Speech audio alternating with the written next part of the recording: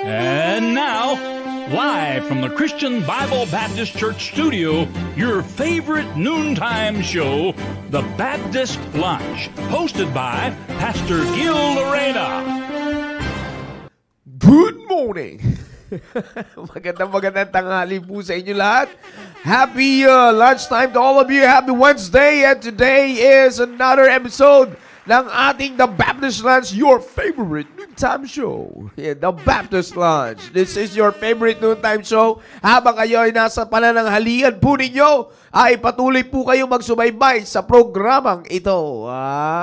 Rhyme na naman tayo. Alright, so once again, brethren, magandang tanghali sa lahat ng mga nanonood po sa atin, North, South, East, and West corners, and also to our viewers nationwide and worldwide, and especially for this episode ng mga team focus and team preparation. Para sa inyo to, young people, kaya keep tuning in. Today, yes, today, not tomorrow and not yesterday. Today is the last Wednesday of the month of August. At 30 na, mga kapatid. Today is 30, August 30. Kaya isang araw na lang, tapos na naman ang buwan ng Agosto at buwelo na si JMC. Sumisilip na sa kung saan-saan, sa mga bintana at sa mga kulungan ng manok, sa lahat na lang sumisilip siya eh. Yan, kaya magandang tanghali sa lahat. And of course, kung nabasa nyo na po, batiin nyo rin ang ating mahal na pastor, si Pastor Hill. He is watching. Sabi nga ni Pastor Hill, good morning, brethren. Enjoy watching this program with our family. And see you tonight for our regular Wednesday service. Yeah, Wednesday night service. Love you all. Alright. So again, ay magandang tanghali po sa inyo lahat. Napakaganda ng atin pong pag-uusapan ngayon dahil ngayon ang pagtatapos, mga kapatid. No, ngayon po ang pagtatapos natin sa topic po natin na submission. Submission. Yeah. Submission yung ating pong topic. Nakikita naman po ninyo yan. So, again, hindi na tayo magpapaligoy-ligoy pa at pupunta na tayo sa ating pong verse. Open your Bibles if you have your Bibles on James chapter 4. Okay? James chapter 4 verse number 7. Maganda po yung sinasabi po ng Bible dito in James chapter 4 verse 7. Alright, James chapter 4 verse number 7. Sabi ng Bible, submit yourselves therefore to God. Resist the devil and he will flee from you. Submission is very important for you, young people. Whether you are on the team focus or you are in the team preparation, both are important. Who is the subject of our submission? Kanino dapat tayo nagsasubmit? Of course, number 1, to God. Alright? Submission to God. Number 2, submission to the Word of God. Alright? And then next is submission to those whom God appointed to be the authorities of our life. Sino yung mga yon? If we're going to break down the third one, sino yung mga yon? Nandyan ang pastor mo, nandyan ang mga magulang mo, as members of this church, nandyan ang iyong youth leader, alright? Nandyan ang iyong area leader, nandyan ang iyong youth leader, at higit sa lahat, yung mga counselors na tinatawag natin sa Biblia. The multitude of counselors.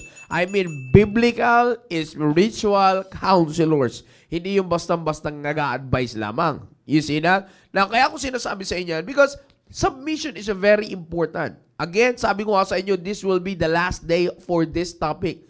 Kailangan maunawaan natin ang pagpapasakop.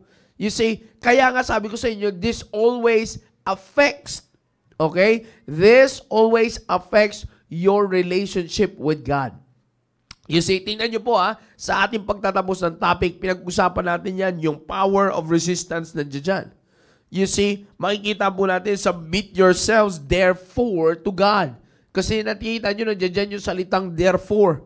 You see, kaya iyan ay, yung salita na yan ay nagbibigay ng emphasis kung gaano ka-importante ang submission na gagawin ninyo submission. Sabi ng Bible, submit yourselves therefore to God. Liwanag yan.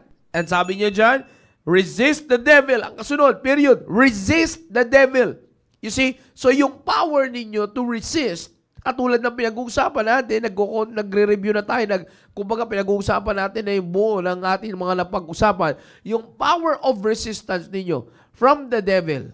Okay? Makikita nyo yan na yan ay kumbaga yan ay nagmumula sa inyong pagpapasakop. Because kung hindi kayo magpapasakop sa Diyos at sa salita ng Diyos, we will have a hard time to resist the devil by your own. No, sir. No, ma'am. Team Focus, Team Prep. No, you cannot.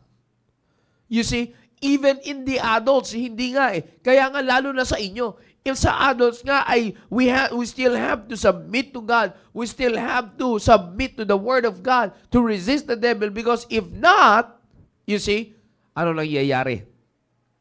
He will never flee from you. You can never expect Satan, the devil, to flee from you if you're not going to resist him. Bakit? Basically naman, anong makikita niyan? Diba? Basically naman, anong iisipin ng diablo dyan? It is logical to think na pagka hindi mo pinakitaan ng isang tao na inaayawan mo siya, ay hindi yan lalapit at lalapit yan sa'yo. Di ba?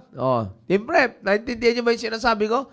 Pag pinakitaan niyo ng motibo yung isang tao na hindi mo naman siya inaayawan, lalapit at lalapit sa'yo yan. Yun say na, parang asong susunod na susunod sa'yo yan. Sabi nga parang yung naglalaway asong ulol. Di ba? Na kaya ako sinasabi yan, it's because the same thing, ilagay na natin sa tamang kalalagyan. Pagdating sa buhay natin bilang isang Kristiyano, young people, lalo-lalo sa inyo, you know that in this world, marami, the wiles of the devil, the tactics, everything that the devil is doing in this world is always to get you. Alright? It is always to get you. Therefore, it is very important that you resist him so that he will flee from you. You see, he will stop doing the things that he will do to get you because he will flee from you if you resist him. And you can only resist the devil if you will submit yourselves to God. Napakasimple na equation yan. Pero here's the thing. Etong maganda. Pagka ginawa nyo yan, the result, the option, or not actually the option, sorry for the word, it's not an option. You see, the next command after this verse number 7, drop down to verse number 8. Sabi dyan sa verse number 8, draw nigh to God. Mag-drawing ka ng malapit sa Diyos. Ay, mali. Sorry. Draw nigh to God. Ibig sabihin, lumapit ka sa Diyos. You see? Anong kasunod? And He will draw nigh to you. You see? Draw nigh to God and He will draw nigh to you. Kaya nga dito makikita natin that at the end of our discussion and topic na submission, makikita natin dito, kapatid, si Mr. Jingo yun, makikita natin dito, Team Focus, Team Preparation, kung gaano kahalaga ang submission. Sabi ko sa inyo kanina, ito'y may kinalaman sa inyong close na relasyon.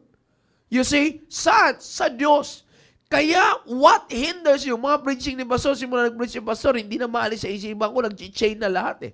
Di ba? Kung sinabi nga ni Pastor noong nakaraan, what hinders you to serve the Lord? Now, what hinders your close relationship with God is your unwillingness to submit. Bakit? There's a command eh. Okay, parang sinabi, makikita natin dito na sinabi na ng Panginoon. Sinabi na ng Panginoon dito, okay, resist the devil. Pag nag-flee yan sa'yo, next thing na gawin mo, lumapit ka sa akin at lalapit ako sa'yo. You see that? Actually, kung iintindihin nyo itong book of James chapter 4 verse 7, ito'y may kinalaman na sa Christian growth natin. Because in chapter 4 alone, ng James chapter 4, ang pinaka-tinatopic dito is the rebuke of worldliness. Which is, we know for a fact that worldliness, yung worldliness mga kapatid, yaan po ang nagkakaapekto or yaan ang nakakaapekto sa inyong espiritual na paglago, young people. Again, inuulit ko. Yaan ang nakakaapekto sa espiritual na paglago ninyo, young people. Ang alin? Worldliness. You see, kung sa adult nga, nangyayari sa inyo pa. You see that? Now, kaya ko sinasabi yan, it is very important yung command na to. Ang ganda mga kapatid, draw nigh to God and He will draw nigh to you. You see? Mapapalapit ka sa Diyos, makakabuelo ka ng paglapit sa Diyos. Bakit? Nawawala na yung nag-i-hinder sa'yo na maging malapit ka sa Diyos. Hindi po ba? Excuse me. Pasok. Alright? Makikita natin dito to mga kapatid. Napaka-importante po nito. Sabi ko nga sa inyo, hindi biro ang bagay po na ito. Kailangan mapagtuunan nyo ng pansin ito. Because our main goal here, young people, team preparation, team focus, bago kayo mapalapit, kayo na lang team preparation, bago kayo maging close at mag-draw nigh sa ibang tao o sa magiging kapartner nyo later on as the husband or as the wife, napaka-importante muna na sa Diyos ka lumapit. Kaya lagi ko sinasabi sa inyo ito, team prep, look straight or square in my eyeballs. You see? Tingnan nyo lang maigi ito pag-uusapan natin. Makinig kayo na maigi, tumingin kayo sa akin. You see? Minsan you are already aiming and you're striving, you're thriving, and you are diving. Ba't may diving, sir? Diving sa panalangin, sub-sub ka na manalangin, magkaroon ka lang ng asawa. You see? Pero ang tanong ko, close ba kayo ni Lord? Sabi ko nga kahapon sa Bible school, anong status ng relationship nyo ni Lord? It's complicated. Pag binigay niya yung gusto mo, close kayo. Pag hindi, nagtatampo-tampo ka sa Diyos. Wow! The sky, ha? Yeah? Maya. You see, kaya ko sinasabi yan sa inyo, it's because of the reason. It is because of the reason na ganyan ang pinapasok na mentality sa inyo ng diablo, young people. Kaya sabi ko nga sa inyo, hindi biro ang bagay na ito. Look at this. Submit yourselves therefore to God. Ang ganda ng tandem ng verse 7 and verse 8 na ito. You see, if you want to draw nigh to God, you resist the devil first. You see? Ito na nga lang, illustration. Ilan sa inyo, young people, close kayo sa pastor? Minsan sabi, sir, nahihiya kasi ako kay pastor. Sa tamang taong lalapitan mo, nahihiya ka. Pero dyan sa tao na hindi mo nilalapitan, tinatago mo pa. Di ba? Di ba? Reality ba? Real talk ba yung pinag-uusapan natin? Real talk. Real talk. Brothers and sisters. Hindi ko pwede sabihin real talk, mothers and fathers Real talk. Real talk, brothers and sisters. Di ba? Totoo yung pinag-uusapan natin dito, napaka-importante nito. Again, inuulit ko, draw nigh to God and He will draw nigh to you. Lumapit ka sa Diyos para maging malapit siya sa'yo. In fact, by the way, let me remind you, siya na ang unang umabot sa atin . You see, bumabalik lang siya dito sa kalagayan na kung saan ay, bumabalik lang siya doon sa kalagayan na kung saan, tinuturuan niya tayo na tayo naman yung gumawa ng hakbang because yan ay may kinalaman sa paglago natin, spiritual. You see? Kaya nga sabi ko sa inyo dito, submission. Your submission will affect or will say na kung kano kayo ka-close ng Diyos. Kaya simple lang tanong ko sa inyo kung ikaw ay nagpapasakop sa Diyos, close kayo ng Diyos. Kung may close kayo relationship ng Diyos, ibig sabihin, nagpapasakop ka sa Diyos. You see? At ang ganda ng the beauty of submitting to God, you have the power of resistance and you have the freedom of close relationship with God. Of getting close with God. Kasi sabi ko sa inyo, again, inuulit ko, ito ang kadalasang hindi nyo nakikita, young people. You see, most of the time, sabi ko nga, pagdating sa ganyang bagay, most of the time, ang nangyayari is that you are making your own way. You see? Now, sabi ko nga sa inyo, pag pinag-usapan natin yung salita po na yan, no? Pag pinag-usapan natin yung salita po na yan, na resistance na yan, marami tayong pwedeng maging topic po sa bagay po na yan. You see? Now, kaya ko lang, I'm trying to look for the the acquiescence. You see, acquiescence Alright? The acquiescence. Yan po ang ano, yung acquiescence mo, yan yung antonyms ng salitang resistance. Kung resistance ay yung maglayuan mo, ang acquiescence naman ay yung willingness mo, no? Ang acquiescence naman ay yung willingness mo to to others wants. Okay? Yan yung kabaliktaran po niyan. You see, it is the acceptance. It is the acceptance or the act of it is the acceptance na ginagawa mo. You see, yung pagtanggap mo kasi alam nyo, chine-check ko dito ngayon yung pinaka-fit na word dyan. Alam nyo, most of the time kailangan makita natin ito. Your willingness, your acceptance pagdating sa pagkukumply. You see? Yan ang napaka-importante niyan. Maliban sa mga bagay. Kaya ko lang sinasabi sa inyo ito. Actually, it's already a word from the dictionary. Binigay ko lang sa inyo yung antonyms ng resistance, which is acquiescence. Pero kung titingnan nyo, kahit wala pa yan mga kapatid, logic na lang. Utak ba? Sabi nga ni Pastor, young people. Kung gusto mo maging malapit sa Diyos, lumayo ka sa dyablo. Di ba, young people? Ganun lang kasimple. Lumayo ka sa dyablo. Paano ko lalayon yung dyablo, sir? Hindi ako nilulubayan. Wow, ang tindi ng relationship nyo.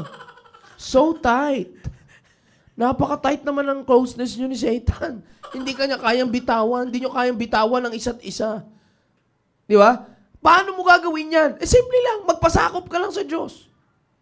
You say, oh sir, grabe ka naman. Wala naman. Hindi naman kami ganyan ka-close ng dyablo. So, sino yung close mo ngayon? Bakit nilalayo ka sa Diyos? So, sino yung ka-close mo ngayon?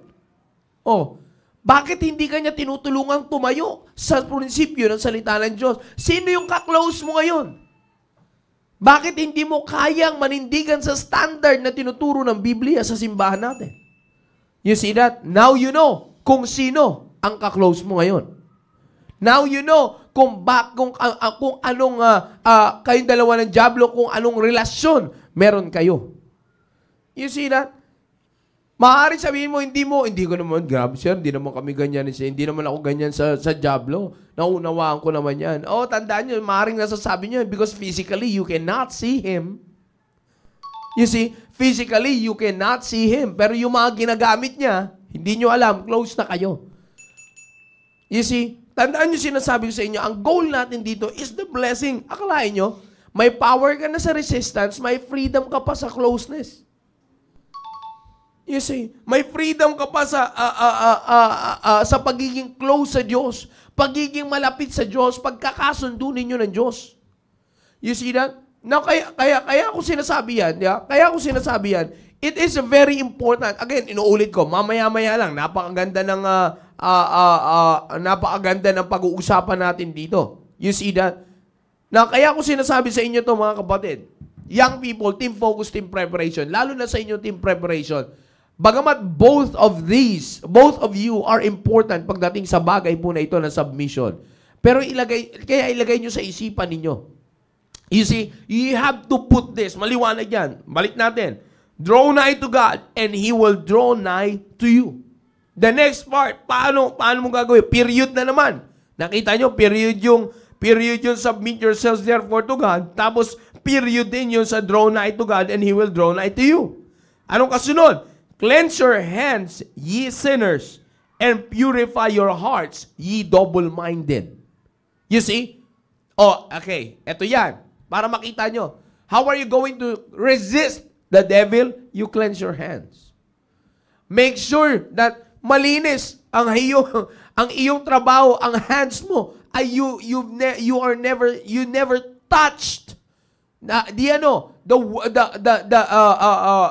sin that the devil is trying to put on you para para ikaw ay madungisan. Because tandaan nyo, kung sa church, ibabalik ko lang kayo, young people, ang gusto niya sa simbahan is ang tanging gusto niya sa simbahan ay magkaroon ng simbahan ng unspotted, without blemish from the world. Kaya nga ikaw bilang isang individual member na young people, you've got to cleanse your hands.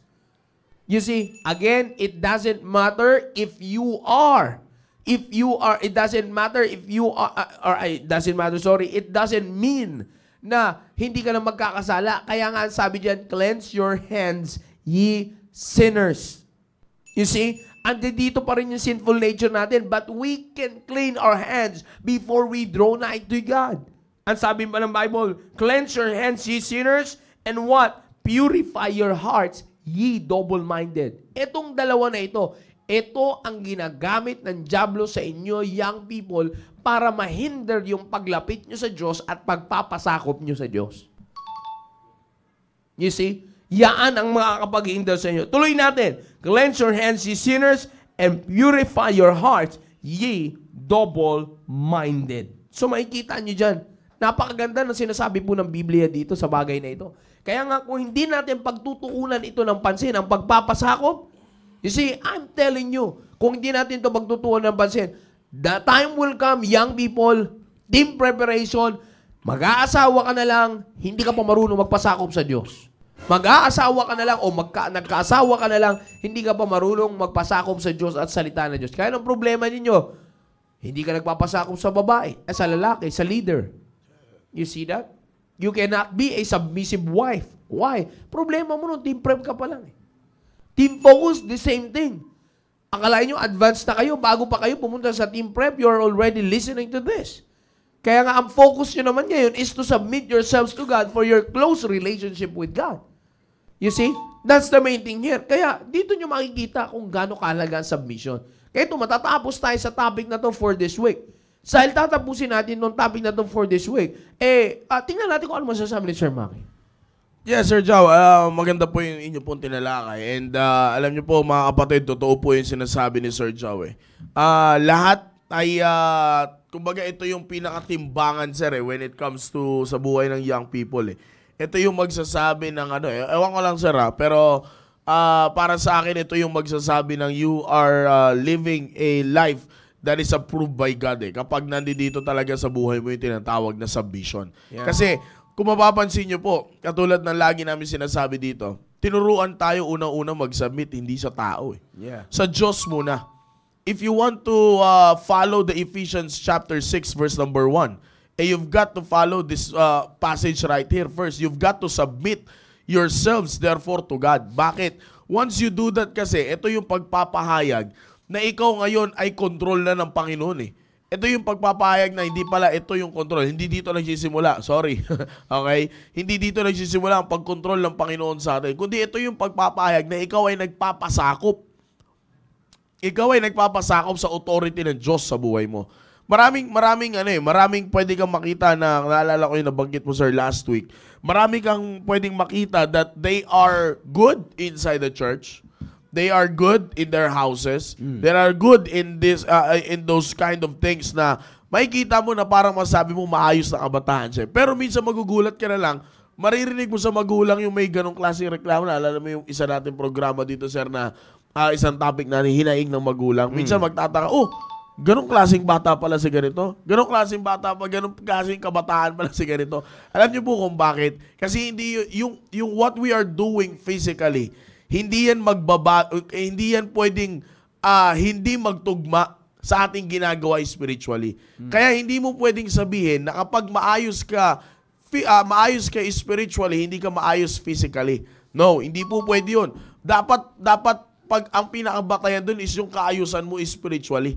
Kaya nga dito sa submission, kailangan po natin bigyan pansin ito. Kasi kailangan po natin bigyan pansin ito sapagkat dito mo makikita yung counsel ito yung magse-serve as counsel sa iyong mga purpose. Kaya minsan 'di ba sa Book of Proverbs, Sir John, may nabanggit doon na without counsel, purposes are disappointed.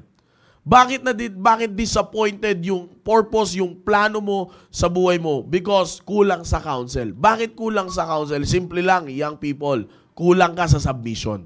Walang magka-counsel sa'yo. Kung baga, halimbawa, meron akong plano sa buhay. Bakit sumasablay? Bakit nadi-disappoint yung mga plano ko sa buhay? Yan. Pwedeng maging counselor ko si Sergio, pero hindi ako nagsasubmit sa kanya. So, yung purpose na meron ako sa buhay ko, yung plano na meron ako sa buhay ko, bulag ako. Hindi ko alam kung maganda ba maaring maganda sa akin, sa aking paningin, pero in the sight of God, hindi yun yung gusto niya mangyari. Ang problema, hindi ko malalaman yun. Bakit di ko malalaman yun? Kasi hindi ako nagsasubmit sa mga authorities ng buhay ko. Unang-una na hindi ko pinagsubmitan, Diyos. Kaya yung inilagay na authority sa'yo ng Diyos, hindi ka rin marunong mag-submit. Kaya lahat ngayon ng purpose mo, disappointed ang nadadala sa'yo. Diba? Failure ang kinakabagsakan ng lahat ng plano mo sa buhay. Pero, pag nandudun ka sa pwesto na ikaw ay marunong mag-submit, ano ang meron ka? Multitude of counselors. Diba? Kaya nga mga kapatid, kung maalala nyo, nabanggit ko ito last week, kung gaano kahalaga yung word na submission. Diba? Kaya nga importante po ito kasi ano man ang pinaplano natin sa buhay, lalo na po sa mga team preparation, sabi nga ni Sergio kanina, ang dami mo nang ginawa pero hanggang ngayon, wala pa rin nangyayari. Bakit? You check your purpose. Baka dun sa purpose mo, kulang ka ng submission. Diba? Kasi pag wala kang submission sa purpose mo, walang counsel dyan. Hindi mo malalaman niya kung maganda ba yan o hindi. Pero kung meron kang submission at ikaw ay submissive, nandiyan dyan lagi ang counsel. That's how simple it is. Sir Jow. Alam nyo, ano yung sinasabi ko most of the time, dito tayo nagkakaroon ng problema. Again, sabi ko nga, kung adults nagkakaproblema, kayo para. Kaya nga, ang ganda ng blessing sa inyo, young people, team preparation, team focus, bago kayo pumunta sa adulthood, bago kayo pumunta doon sa pagkakataon na kayo ay, kumbaga, yung sinasabi mo kanina, Sir Maki, yung kayo ay nadudoon na sa kalagayan na nangangailangan na itutuloy niyo yung plano ninyo. You see? Kailangan, yung plano ninyo, kailangan talaga mayroon kayong pagpapasakupan. Because if you want, sabi ko nga, very logical ito. Kanina ko pa sinasabi sa inyo. Kung gusto nyo nang magkaroon ng maayos na career, magpasakop pa sa tamang tao na tutulong sa'yo sa career na yan. Right. You see? The same thing din. Kaya, alam nyo, hindi mahirap intindihin to young people. The only problem is your unwillingness to submit. Yeah.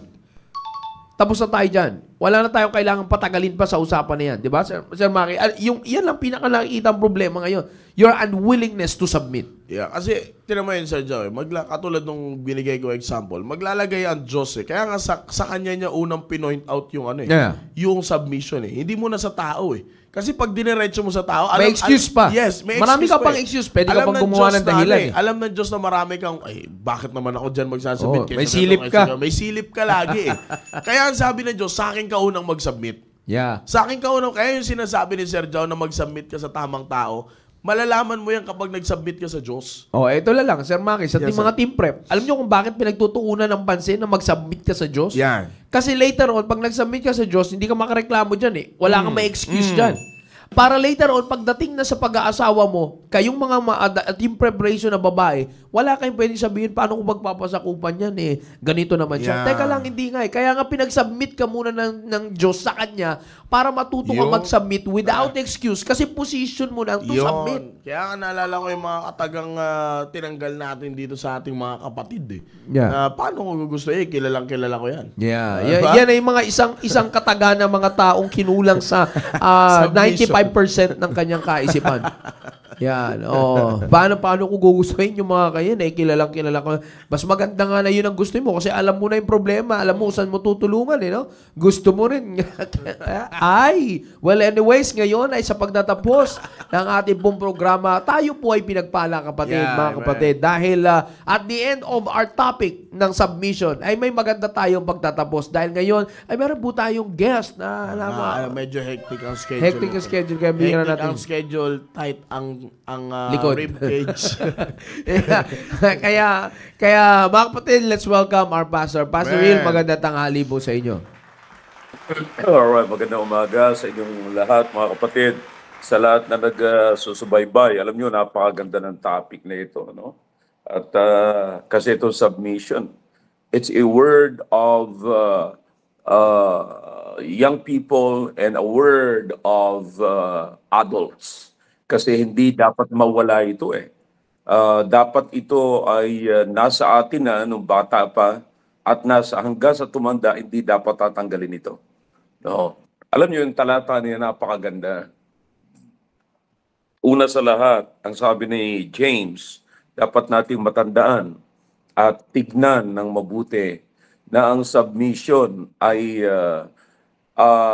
sa context ay talagang kailangan ng tao ng Diyos. You see, Now, ipinapakita rito, para bang nakikita mo ba na nagkakaroon ng away, ng ang kalaban mo ay hindi mo kayang i-defeat.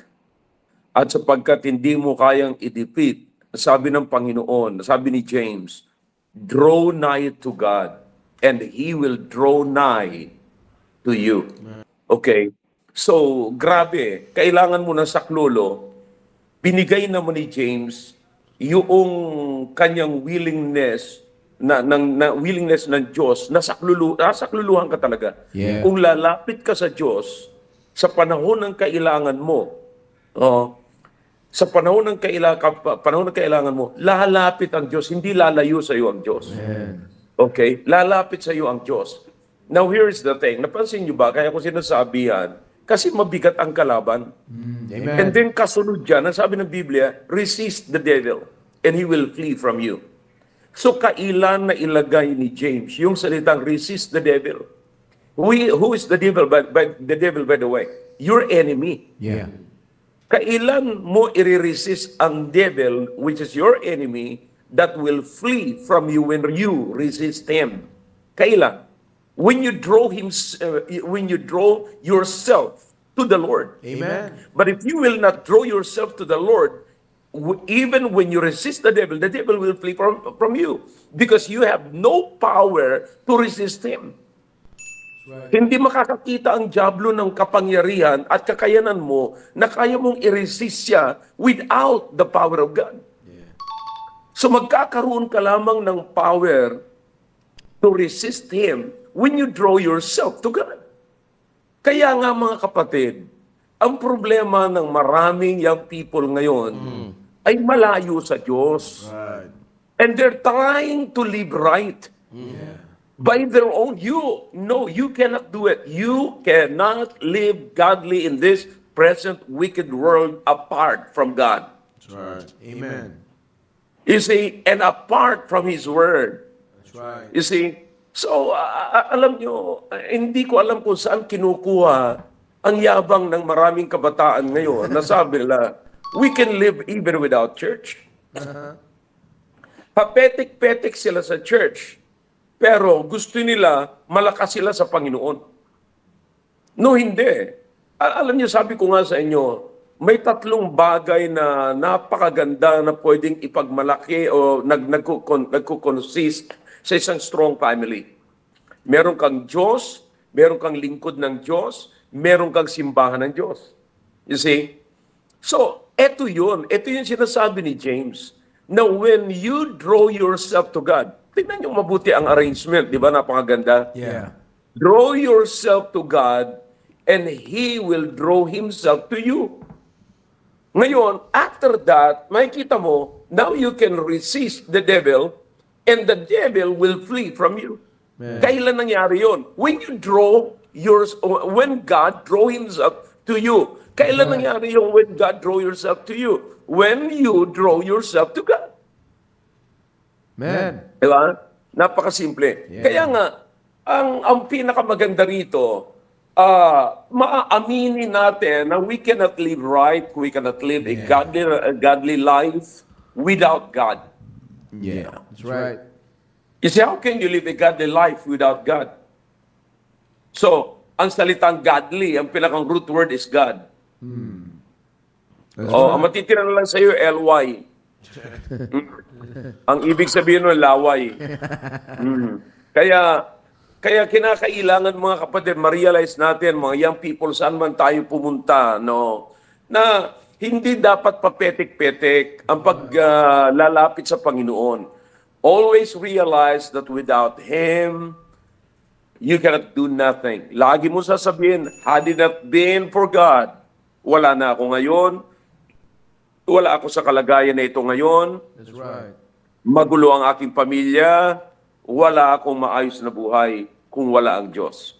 You see, kaya nga, lahat ng pinag-uusapan natin sa church ay pampatibay. At ini-introduce natin lagi ang Diyos na makilala ng marami kung sino talaga ang Diyos at ano ang magagawa ng Diyos sa atin. You see? So, kaya nga, dapat natin talagang nanamnamin. Alam nyo, napakaganda ng mga programa natin. Kaya lang, sapagkat araw-araw natin nakikita, nagiging passive na tayo. You see? Now, kaya ginawa natin tong araw-araw so that you can consistently grow yourself to God. You can live a consistent, godly life. Paano kayo magiging consistent, godly life? Ang paiirali natin, emotion. At pagka umiral na yung emotion, maghahanap-hanap na tayo, mag-tune in na tayo sa ibang mga programa na hindi consistent doon sa gustong puntahan natin. That's right. You see? So, meron lamang yan. Alam mo sa training, kahit na saang training, pagdating sa karate, may kata-kata, you will start from exercise, then kata-kata, bago attack. Yung mga ganun ba? So, ganun lagi yon. So, para matutunan mo, hindi mo matututunan yung dulo at hindi mo maaabot yung dulo kung hindi ka magsisimula sa pasimula, sa foundation. Right. Kasi kaso yung iba, nag-take ng foundation, nag-step number 2, nagsawa sa number 3, pero gustong matapos sa number 5. Paano mangyayari yun? Napaka-imposible yun. Kasi gusto nyo magkaroon kayo ng magandang pamilya, mga kabataan, magkaroon ng maayos na pag-aasawa, ayaw mo yung magpatuloy magsubaybay sa kung anong gagawin mo. Kasi, kaya nga kagabi, bago umalis dito yung mga kabataan na naghahatid sa akin, okay, anong sabi ko sa kanila? So, sabi ko, makita mo yung mga bata, kung paano natin i-encourage yung mga bata. Alright, kausapin yung mga bata, sabihin mo dun sa bata, alright, anong gusto mo sa paglaki mo? Gusto mo maging sundalo? Okay. Pero tatanungin sunod na tanong. Gusto mo maging sundalo? Paano ka magiging sundalo? Paano ka papasok? You see, paano ka magiging magaling na sundalo? Okay? Gusto mo maging engineer? Alam mo ba kung paano ka magiging engineer? Hindi niya alam kung paano. Gusto niya lang maging engineer. Alam niyo ba na maraming ganyan? Gusto niyang mamuhay ng isang maka-Diyos na pumuhay, pero hindi nila alam kung paano. Kaya nga, kinakailangan nila ng consistent guidance. Eto na yan ngayon. Kasi may kalaban, mabuti kung, okay, ikaw gusto mo mamuhay ng maka-Diyos na pamumuhay. Do you think pababayaan ka ng Diablo na mamuhay na lang basta-basta? Ganon? No, you should resist him. But how can you resist him without the power of God? So the first step is you draw yourself first to God so that God will draw himself to you. And once you do that, anong's next? You can now resist the devil para wala ka ng istorbo. See, once you resist the devil will flee from you. Di wala ng istorbo. So, pero ang problema nga, ang nakikita kong problema, tinan mo, may mga young people, gusto mag-asawa, maging maayos. Okay, ilagay mo sa maayos, mag-first step. Ano lang gagawin? Ipapakita lang na matino sila para lamang ikasal sila. At pagkatapos ikasal, wala na. Yes. Kasi, parang yung sinasabi ko dyan, na para lamang magpapabinyag. Parang sa Katoliko lang na, magpapabinyag, gaganon lang, tapos pagkatapos niyan, wala na ang lahat. Di ba? Magdidedicate ng a-attend lamang pag magdidedicate. Pagkatapos ng dedication, hindi mo na makita. So, ganun lagi. Ang mga young people, magpapakita lang, tinuan, at papakita lamang sa babae, nag-church ako, ganito, ganyan. May aktibo ako sa ministry na ganito, pero makita mo, pag naikasal na, wala na. You see? So hanggang doon lang. So kapatid, hindi mo madadaya ang sarili mo sapagkat ikaw ang magiging recipient ng kalokohan mo. Yun. You see? Right. Hindi naman ako ang magsasuffer ng kalokohan mo eh. Hindi naman ako magsasuffer ng cheating mo. Hindi ako ang magsasuffer ng tinatago mo. Ikaw din ang magsasuffer niyan. You see? Kaya nga, ang tinuturo namin dito, tinutulungan namin kayo maabot yung gusto mong mangyari. Katulad ng example ko kanina sa mga bata. Okay? Gusto mong maging engineer, hindi niya alam kung paano. Kasi kinakailangan niya pumunta sa school. Tuturuan mo pa siyang huwag mag-cheat sa school. Kinakailangan siyang mag-aral tuwing umaga. Kinakailangan turuan mo siyang maging masipag. Ganon. So, dapat consistent yung turo na yon at consistent din yung listening niya. Amen. You see, ang problema, consistent yung nagtuturo, yung listener hindi consistent. Amen. Gustong i-shortcut. You see? So, tandaan nyo yung, this is a principle. This is a biblical principle. Draw yourself to God, and God will draw Himself to you. Amen. And pag nangyari na yan, you can now resist the devil. You can now resist the opposer. You Amen. can now resist the resistance. Oh, di ba? So, yun ang paraan eh. Kasi hindi mo maaabot yung gusto mo mangyari kung mayroong resistance eh. Yeah. And you don't have the power, enough power to resist the opposer. Oh, hindi ba? Ay, ito ang katotohanan yan mga kapatid. Okay? Ang katotohanan ay ganito. Pag merong umu-oppose sa'yo, tumatalikod ka na. Oh, di ba? Anong rason natin? Palagi naririnig. Na-offend naman ako. Na-offend naman ako sa sinabi niya. Eh, yung pangalang offend na yan, hindi mo ma-overcome. Eh, si Satanas pa. Right. That's right. Oh. Di ba? Si iba nawawalang bigla sa church. Bigla na lamang gusto yata mag-asawa. Tapos pagka napayuhan ng medyo mabigat-bigat, aalis na. Oh. At pagkatapos napayuhan umalis na, wala na. Maayos naman yung payo. Okay? Eh, yun na nga lang mga kapatid, ginagawa natin dyan para sa kabutihan nyo naman. Oh, pati mga magulang nakikialam at na-offend. Yeah. So, paano pa tayo aasenso nito? Paano pa natin maaabot yung gusto nyo mangyari na magkaroon kayo ng isang godly family kung sa pamamaraan pa lamang ay hindi na tayo consistent? So, did you see the principle? Draw nigh to God and He will draw nigh to you. And now, resist the devil and he will flee from you. Amen. See? So, ganun ang principle. So, sana, pagbutihin natin ito, pahigpitin natin ito, at lalo pang makita ang kapangyarihan ng Diyos sa ating mga plano. Tandaan ninyo, ang church ay hindi nagpaplano ng masama sa inyo. Ang church ay katulong nyo sa magandang plano ng buhay ninyo. Okay? Wala tayong programa rito na pansira sa buhay ninyo. That's right.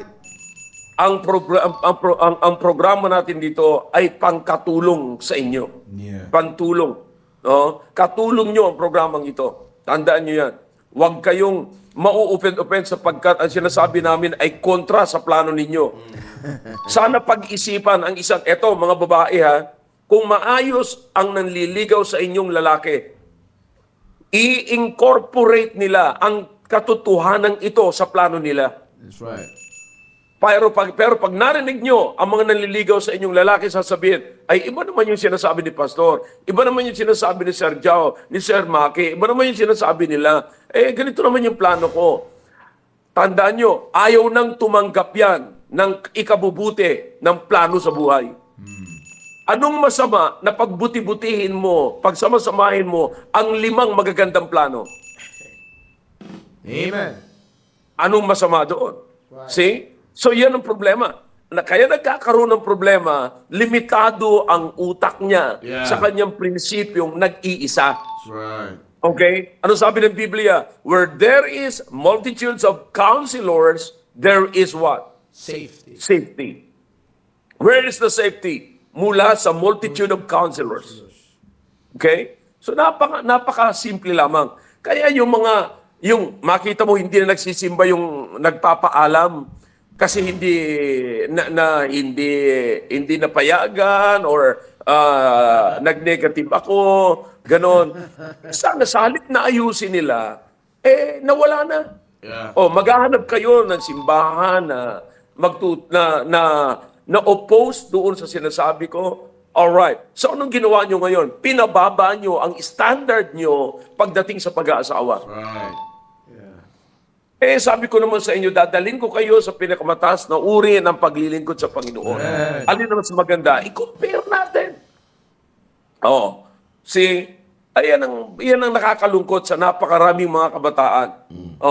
Pipili na rin naman kayo. Pagdating sa pagpipili ng papangasawa, gusto nyo maganda. gusto nyo gwapo. Pagdating sa prinsipyo, gusto nyo mababa. That's Pagdating sa pag-aasawa, gusto nyo matangkad ang mga pangasawa ninyo. Pagdating sa prinsipyo, gusto nyo mababa. That's Ay, right. kasi yan. Mas pag mababa ang prinsipyo ninyo na pinili nyo sa pag-aasawa ninyo, ang mababa, malapit sa lupa. Ibig sabihin, malapit sa disgrasya. Malapit sa problema. Pero pag mataas ang problema nyo, ay ang standard ninyo, mahirap abutin ang problema. Yeah.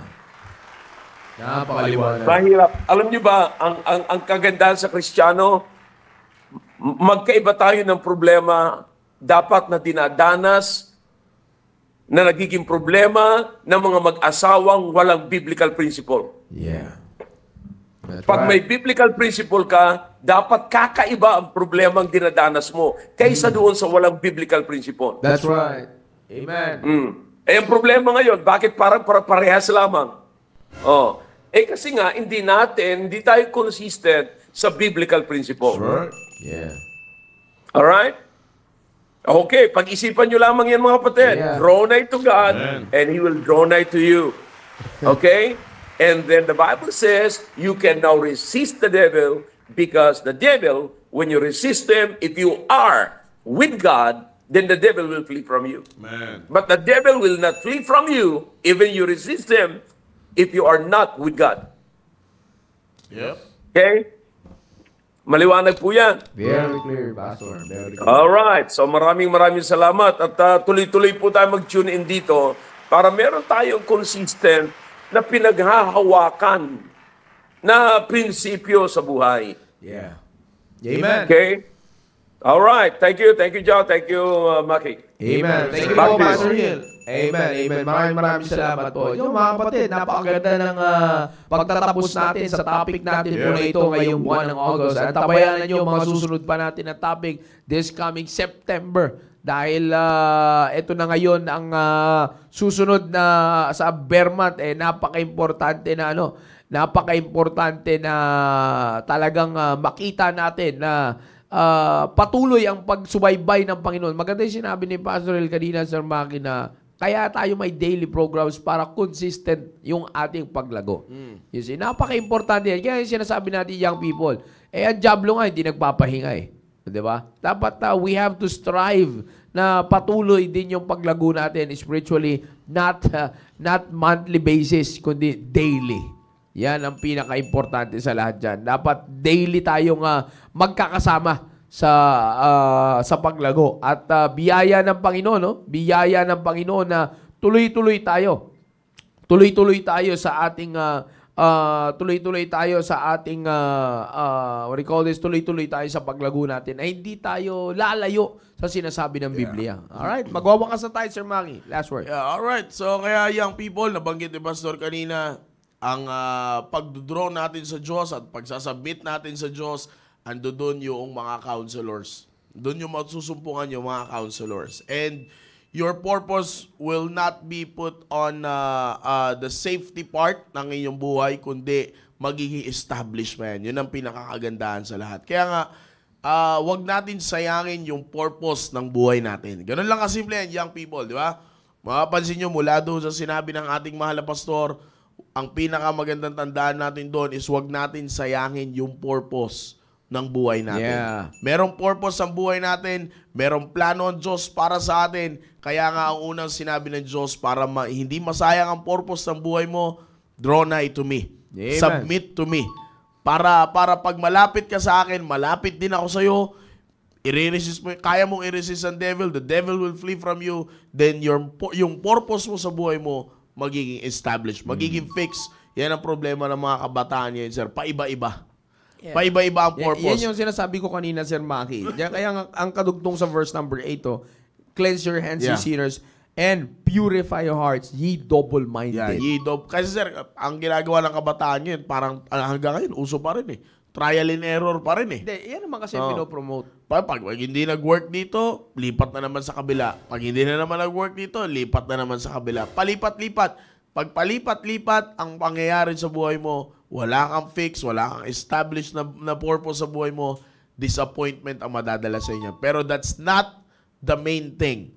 Hindi yan ang pinakaugat ng lahat. Ang pinakaugat ng lahat, nagkulang ka sa pag-submit sa sarili mo sa Diyos. Kaya mapapansin mo, double-minded ka, hindi fix yan. Kasi wala yung isang persona na magbibigay sa'yo ng tamang kaisipan. Lumayo ka eh. Pero katulad ng sinabi ng ating mahal na pastor, if you draw nigh to God, He will draw nigh to you. Kaya magkakaroon ka talaga ng fixed na kaisipan. That's right. That's why you can say that your purpose in your life will not be disappointment, but it will be established. Yeah. Pero saan lahat yan makukuha? Dito po sa salita na yan. Amen. Submission. Alright? So maraming salamat po. Antabayanan po ninyo ang susunod na programa po natin sa Baptist Lunch Wednesday episode next month. Ang ating pong mga bagong pag-uusapan. Amen. Maganda po ito mga kapatid. Maraming salamat. And of course, also wag natin kalimutan, sinabi ng ating mahal na pastor, wala na si pastor, no, siya, wala, ano dyan pa, yan, kasama na ang sinabi ng ating mahal na pastor na mamaya sa pananambahan po natin, wag po natin kalimutan. Let's get excited for another Hallelujah worship service. Alright, Pastor Neil, maraming po salamat ulit. Para sa mga, lalo sa mga teenagers, kaya nga ang programang ito ay nakapokus sa focus. You focus on this. Focus on the principles that we are laying down sa buhay natin, sa buhay ninyo. Kasi, kumbaga sa nagsisimula pa lamang kayo. So, focus. Ganun yan. Okay? That's the very important word. Sa edad ninyo, focus. Alright? Laging iisipin, focus. Okay? Kasi pag nawala yung focus, tandaan nyo, wala na rin purpose. Okay? So, focus on your purpose.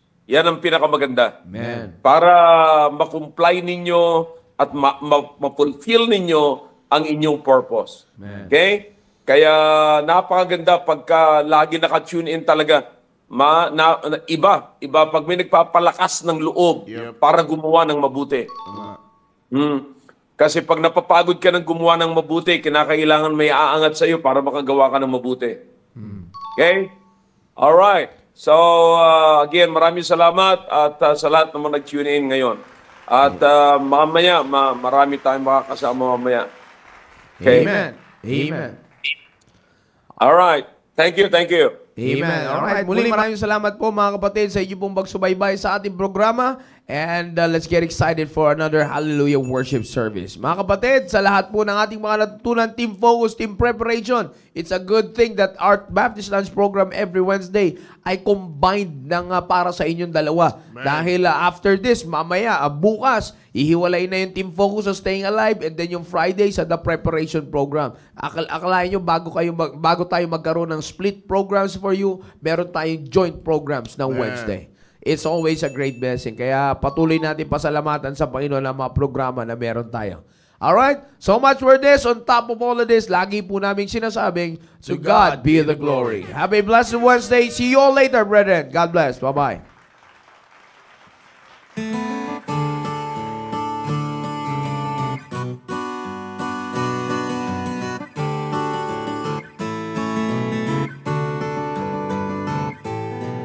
Weary, downtrodden believer, I know the burden reliever. He is the sinless redeemer. He's my best friend. I met him on bended knee. He met me at Calvary, underneath that old rugged tree. That's where I've been. Now he dries every tear I cry. He answers when I ask why. He's every single little thing I need. He is faithful down to the end. He's closer than a brother's been. When I think about all he is, that's all I need.